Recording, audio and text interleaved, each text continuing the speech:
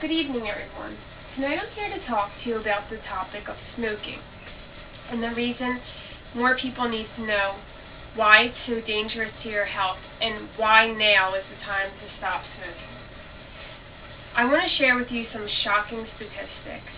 And as I was doing my research on CQ Researcher, I came across an article written by Charles Clark, and it talked about the side effects smoking can have on you.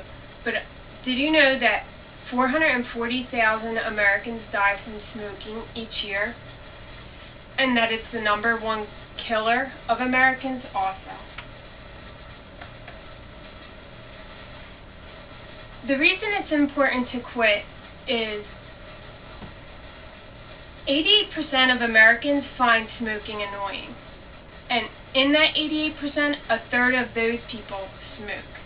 I thought that was kind of surprising. 21% of the American population smoke today. And smoking is actually responsible for 90% of all lung cancers, 75% of chronic bronchitis and emphysemas, and 25% of heart conditions.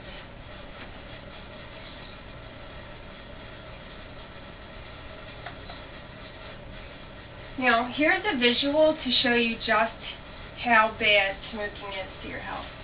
Here's a picture of two sets of lungs.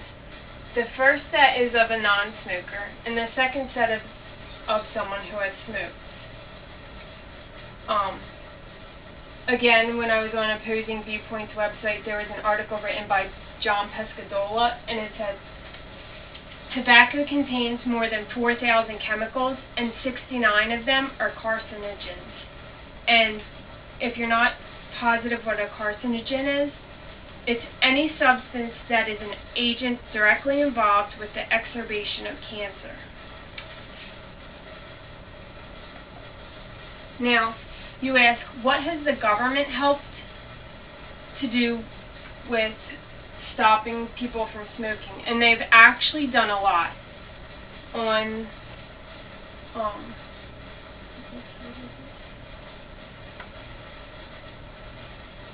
the CQ Researcher, again an article written by Charles Clark.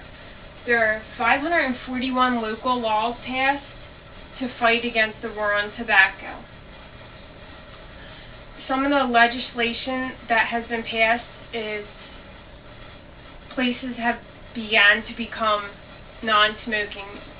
Government buildings, schools, restaurants. Legislation has also been passed for teens who are trying to buy cigarettes. If you go into the gas station now, hopefully people have gotten better at carding people to make sure they're actually 18. They have little calendars there to make sure that, your birth date is beyond the date or before the date of today's date, actually, that you're a year older than today's date.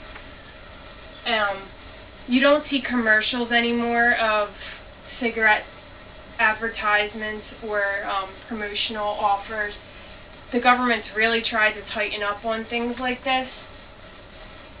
And in general, we're trying to reduce the amount of tobacco products that are actually being sold. Now, I did a survey and I asked 5 questions to my classmates. And from all the responses I got, the first question I asked was, do you smoke? And almost every person answered no except for one person. So that's a positive. A reason people might not be smoking as much now is there was an article written by Edward James on the Opposing Research website or search engine, and it said that people might not be smoking now because the taxes are so high on cigarettes. So in this bad economy, people just aren't smoking as much. The second question I asked was, would you or have you been swayed from going to an establishment that you're not allowed to smoke in? And most of you answered no. There was a few yeses, but for the most part, everyone would still go. Do you believe secondhand smoke is just as bad as smoking to your health? Everybody answered yes. And I'm happy that everybody answered yes, because actually, after doing my research, secondhand smoke is actually worse for you. And that I found on the LexisNexis search engine, and that was an article written by Joseph Bass. And the fourth question is, do you believe there should be smoking bans in public spaces?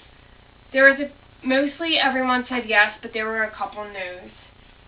And the fifth question was, why do you believe people smoke? Most people answered that it's a habit. Some people answered it's cool.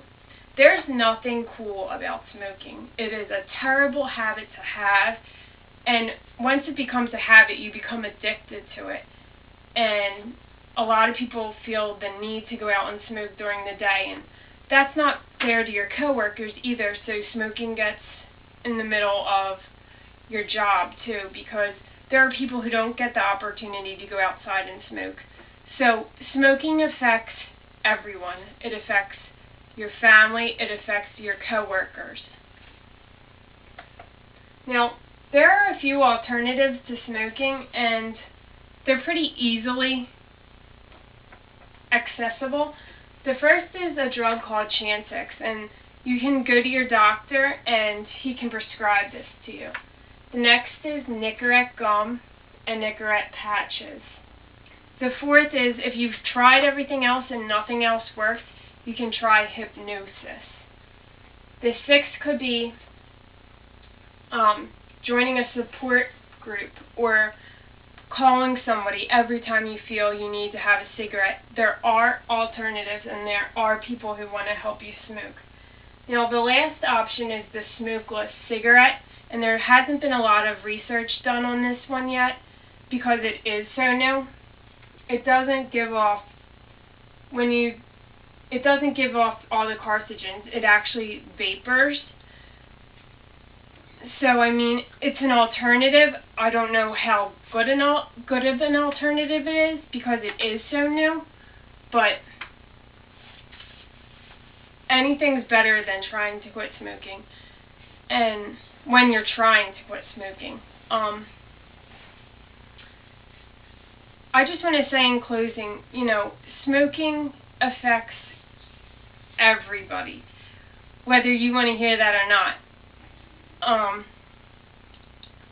When you're sick because you have lung cancer, it's not something that you want to be going through or your family wants to be going through. So if you try and stop it now while you're young and before it really affects your health, it's best to do that.